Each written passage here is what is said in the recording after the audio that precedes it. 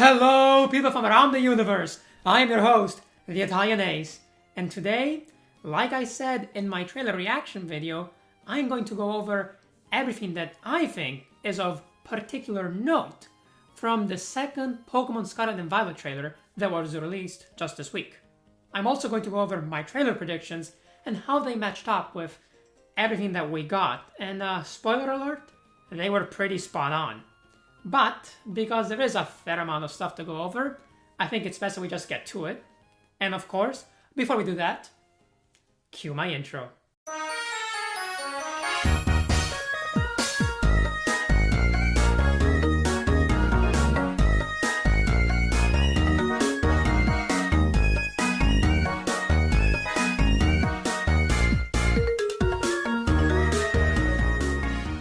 So, let's start this off with all of the different characters that were revealed in the trailer.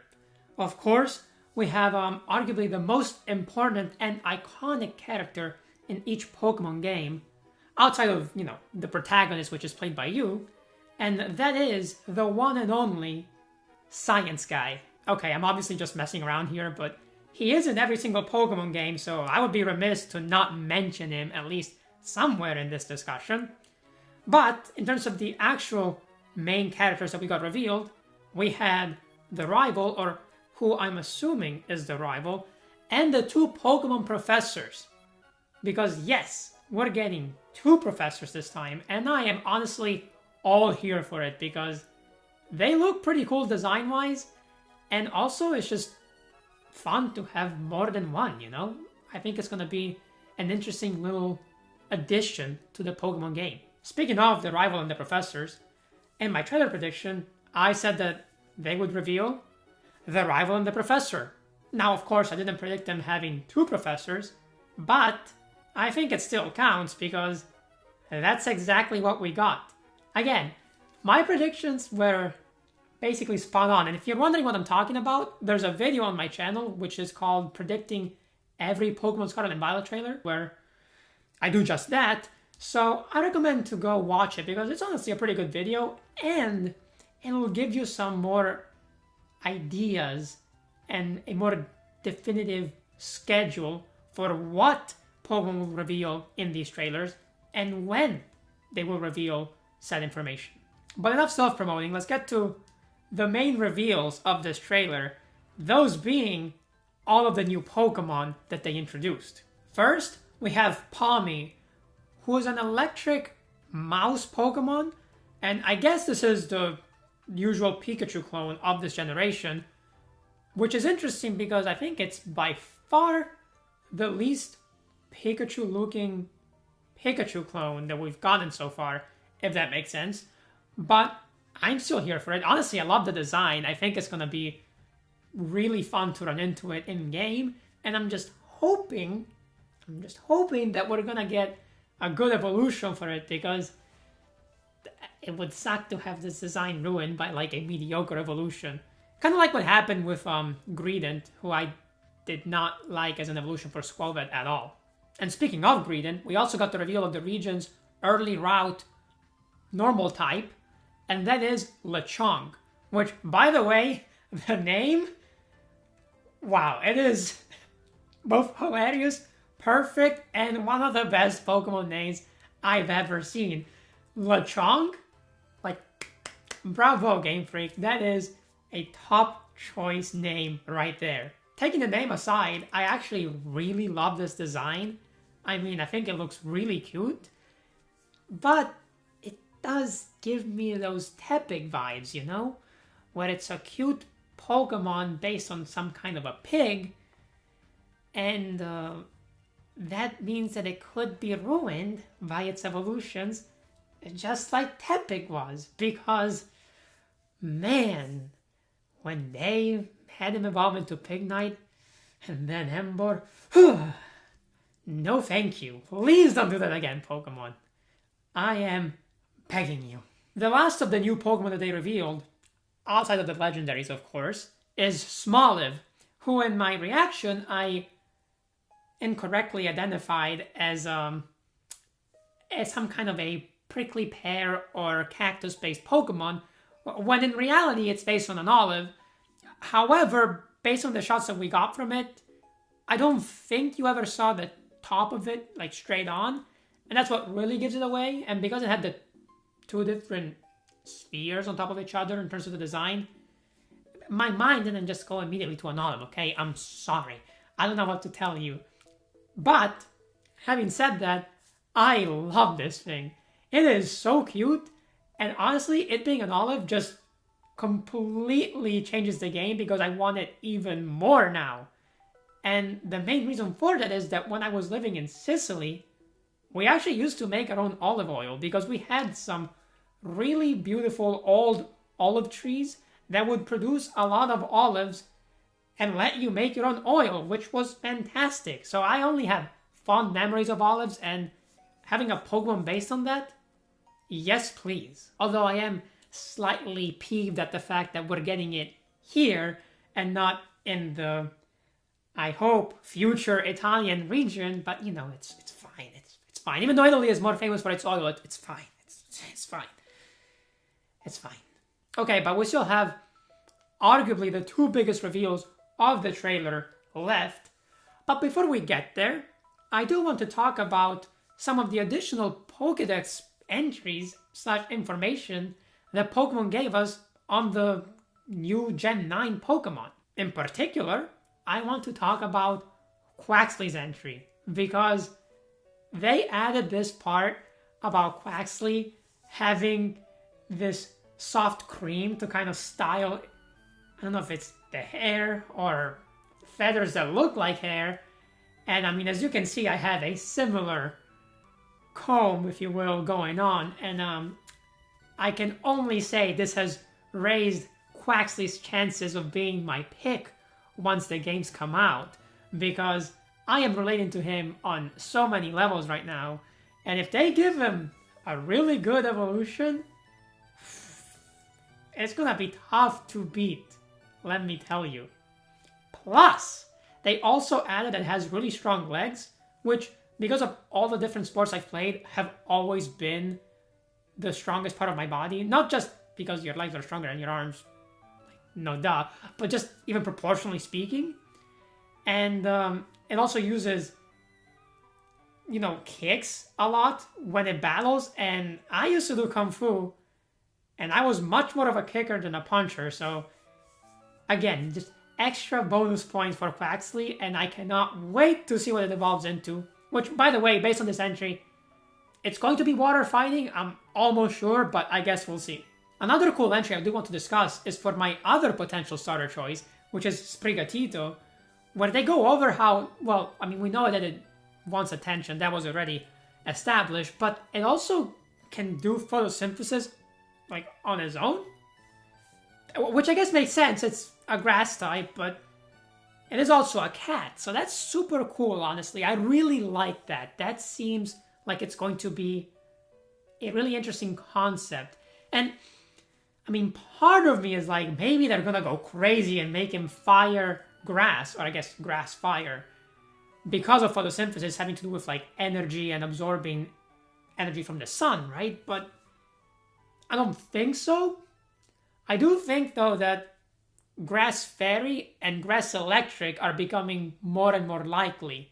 So maybe one of those two typings will be what Sprigatito eventually evolves into. Fuecoco also got some extra Pokedex stuff, but it didn't really tell me too much about its potential secondary typing.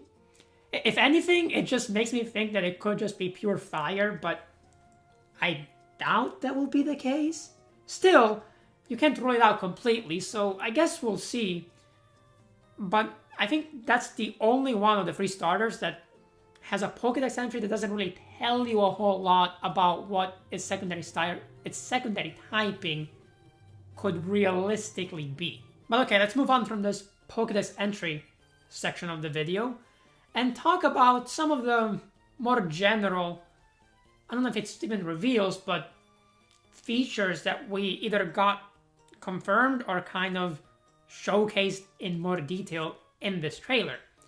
For one, I think we basically saw the two different academies that we're gonna have in the games, which is cool. For a second, I thought that the professors were only going to be based on which academy you picked, but I think they're based on the version. Actually, like, I know they're based on the version, which makes me think that maybe you don't pick your academy in-game, but whatever game you pick, you get assigned to that academy. I don't know, we'll see for that. Other than this, though, I think we also saw some of the character customization, which is always fun to see, and some more of the in-battle animations, which are also cool. There was one moment that gave me some, I think, false hope that we could have more Legends Arceus style catching mechanics, but all it was, I think, is that they just happened to show an encounter without showing what Pokemon was sent out into battle before the trainer then caught Smoliv. But I don't think we're actually going to be able to catch Pokemon without doing an actual encounter like we did in Legends Arceus. Although I do hope that they add that feature to the main series games at some point, because let me tell you, I never had as much fun catching Pokemon as I did in Legends Arceus, so if they could implement that into the game, that would be spectacular. We also saw more of the returning Pokemon like Gengar, Fletchling, Flaffy, and a bunch of others, but I don't really think they're worth going over in detail because we already know what they are.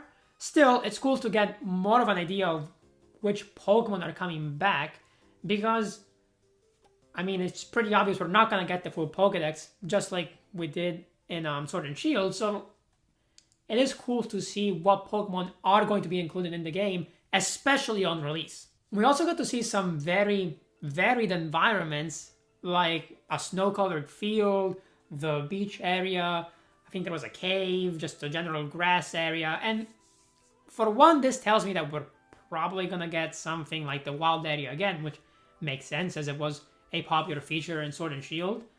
And for two, it is interesting to see all of this diversity in the locations because especially the snow-covered one is not something I immediately associate with Spain, or the Iberian Peninsula in general, I should say. But, I mean, they do have mountains, like the Pyrenees, right, where it does snow, so it could make sense, of course. It's not impossible. And now, it's time for what I think, for most people, was the hypest part of the trailer, and that is the reveal of the two cover art legendaries. Those being Miraidon and Koraidon. Like I said in my trailer reaction, I do have a slight preference for Koraidon, but it is very slight and it could be changed by two things. One, the shiny, which also wouldn't really impact it until the next generation, unless they decide to finally stop shiny locking Pokemon, which would be great. And two, the typing, which unfortunately does not seem to be the best for Koraidon, at least from the rumors I've heard, because supposedly it'll become dragon fighting. Not become, like it is dragon fighting. And I don't like that typing because it's 4 times weak to fairy, which is a huge detriment to any Pokemon.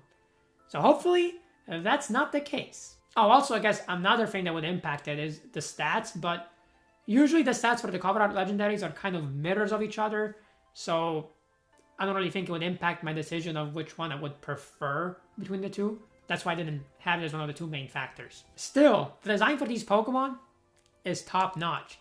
Again, I think they've been knocking it out of the park with all of the latest legendaries. I mean, maybe I wasn't the biggest fan of Zygarde in his normal form, but that's the only legendary that I can think of in the last, well, I guess now 4 generations that I did not like.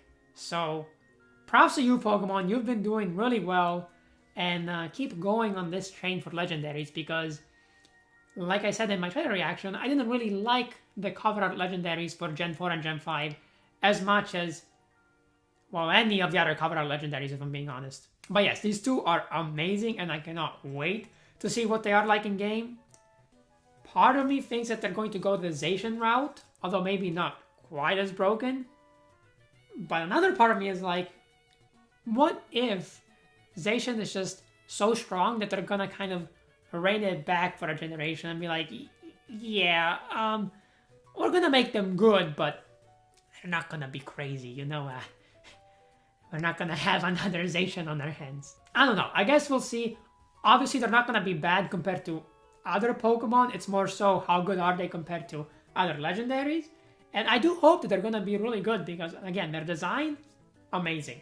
Oh, and I almost forgot to tell you that both the reveal of new Pokemon outside of the legendaries and specifically the reveal of the Cover Art legendaries were part of my predictions for these trailers. So yeah, that's another little check mark for my prediction game so far, which, again, has been pretty on point if I do say so myself. But that will do it for us here today. I'm not going to go into all of the other small details that were revealed or showcased in this trailer because I don't think they're really as important. Plus, I just wanted to give you my opinion on the big reveals that we got, which I think is more fun anyway. I mean, you can always go and check for every single frame yourself if you're so inclined. Regardless, I do hope you enjoyed the video, and if you want to see more Pokemon content, especially related to Pokemon Scarlet and Violet, then I do recommend subscribing. And of course, I hope to see you all in the next one. But until then, remember to follow the way of the Ace. See ya!